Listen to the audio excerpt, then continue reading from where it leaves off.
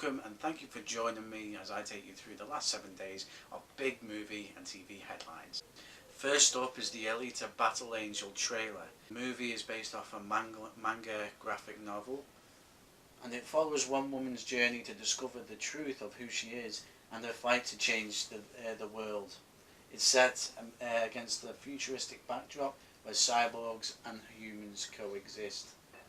Robert Rodriguez from Sin City fame is directing, with a script written by visionary director James Cameron, and with big name stars like Jennifer Connelly and Christoph Waltz, it's proven to be quite the film. The film is in theatres on Boxing Day, and if you're a fan of the manga or any type thereof, I urge you to check it out. Because I certainly will be. The film looks odd but spectacular. It sounds like a thrill ride. The fight scenes teased in the trailer look well choreographed, and yeah, the special effects are kind of going above and beyond this year, I think. So it's definitely one to check out. I might not see it in theatres, I might wait until the Blu-ray release, but I'll be buying that Blu-ray because it looks really good. Next up, I have news that Robert De Niro is in talks to play a talk show host who's instrumental in the Joker's origin. He will make his comic book debut alongside Francis Conroy and Joaquin Phoenix. The movie itself will not be a part of the current run of DCEU film and is said to be set in 80s Gotham. The Game of Thrones prequel pilot is set to start production in early 2019. The prequel takes place 1,000 years before the Game of Thrones run and chronicles the descent of the world from the Age of Heroes to its darkest hour. One thing is for sure, these aren't the stories that we think we know. I'm sure it will be a tense adventure, and like Lord of the Rings and The Hobbit, there will be plenty of stories to tell. Next up, the new Slender Man trailer. Once you see him, you can't unsee him. It looks spooky and creepy and everything that you'd think a Slender Man movie would have, and more. A lot of controversy surrounds this film, since in 2014 a couple of girls stabbed another girl. They lured her into the woods and stabbed her to impress the fictional Slender Man.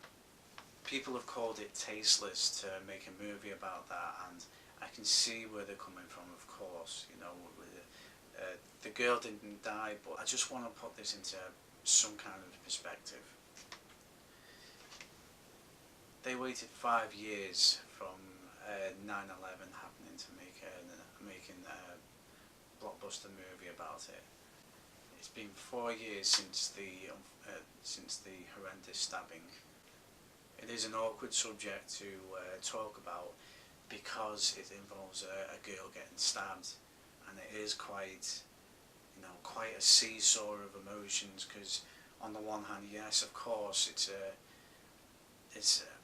terrible crime and we shouldn't be glorifying that at all, and on the other hand, it's a fictional character. You can make up what you want with that without actually glorifying this horrendous crime. So I think they've waited long enough. The trailer looks actually quite good. You know, it's spooky, it's tense. If they released it a year after the girl got stabbed, then yeah, I would have a supreme problem with that. That would be a little too soon, but as it is, a lot more horror aspect to it than the game has, so I'll give them props for that. On to some big news now. Mowgli, the film directed by Andy Serkis, has been moved to Netflix. That means it won't be shown in theatres, but it will be released in 2019 on the Netflix service. I am really looking forward to this film because Andy Serkis has said that it sticks close to Rudyard Kipling's novel, and it is an ingenious choice to sell it to Netflix because that's a broader release for everyone. I think it's different than the Jungle Book release. Disney's version of The Jungle Book came out 2 years ago, so I definitely understand why they want to change it all. They want to be different, and to be honest, it looks like a good dark jungle film that that is sure to be a popular Netflix release. On to some really big news. Fox and Disney have made an acquisition deal for $71.3 billion. Disney will now control the rights of Fox's franchises like Avatar, Planet of the Apes, Alien, Predator, Die Hard and Kingsman. Integration plans for characters in the Fantastic Four and the X-Men might go ahead into the MCU, which means we might get a new lineup of stars and characters in the near future. This might cast a doubt on whether the two X-Men movies that are in production right now might even get released. There's the X-Men Dark Phoenix and New Mutants. New Mutants have already been knocked back several times from its release date, even when they released a trailer earlier this year. I found the trailer quite interesting, and it's quite refreshing to see a psychological superhero movie, you know, rather than the usual superhero movie. It's kind of like Shutter Island meets Teen Titans. It's quite a good idea, and it'll be a shame if they hack it off the schedule. You know, they should at least release it on Netflix. Why not do it on Netflix like they did with Mowgli? You know, make a deal that way. Finally, The Chilling Adventures of Sabrina has been issued its start date, which is October 26th. I was a very big fan of Sabrina the Teenage Witch back in the day, and to see it reimagined in quite a dark and quite a young adult setting, it's quite inspired. I've been watching Riverdale recently, and I've got to tell you, it's very colourful. It's acted very well. There's some cheesy, corny lines, but it's Archie and the gang. You know, it's supposed to be like that. Plans on whether Riverdale and the Chilling Adventures of Sabrina will be connected is still under wraps, but from the news that I hear, there is certainly some characters that may overlap on both series. I was hugely impressed with the acting, the storytelling and the colour schemes and directing of Riverdale, so to see that in Sabrina, it'll be something to watch, and I'm looking forward to it, and you should be too.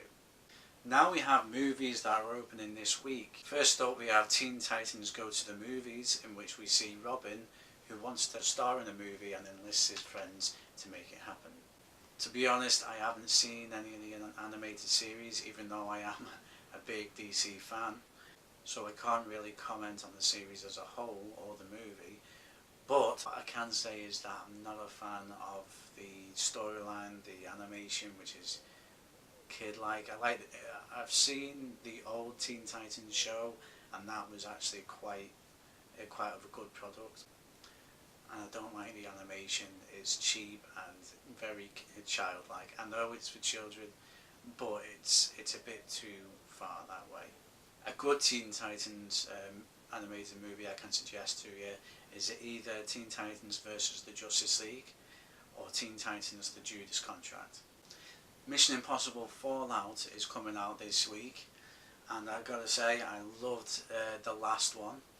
It was fantastic. The way they built the suspense in the operatic scene that was near the beginning of the film as well it's really directed well. Christopher McQuarrie is going to go on to do good things, hopefully with Tom Cruise, because with that pairing they can do anything they want.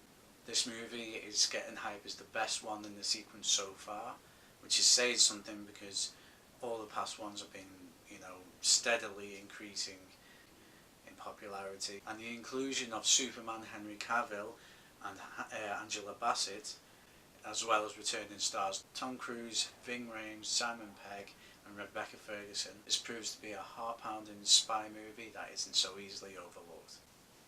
Thank you for joining me for this past week's movie news. My next review will be uploaded later on this week, and I'll give you a slight clue as to what it is. Let's just say it'll bridge the gap between Ready Player One and Mission Impossible, which I will review at a later date. Keep watching my channel to find out more about movies and the movie world. Thank you.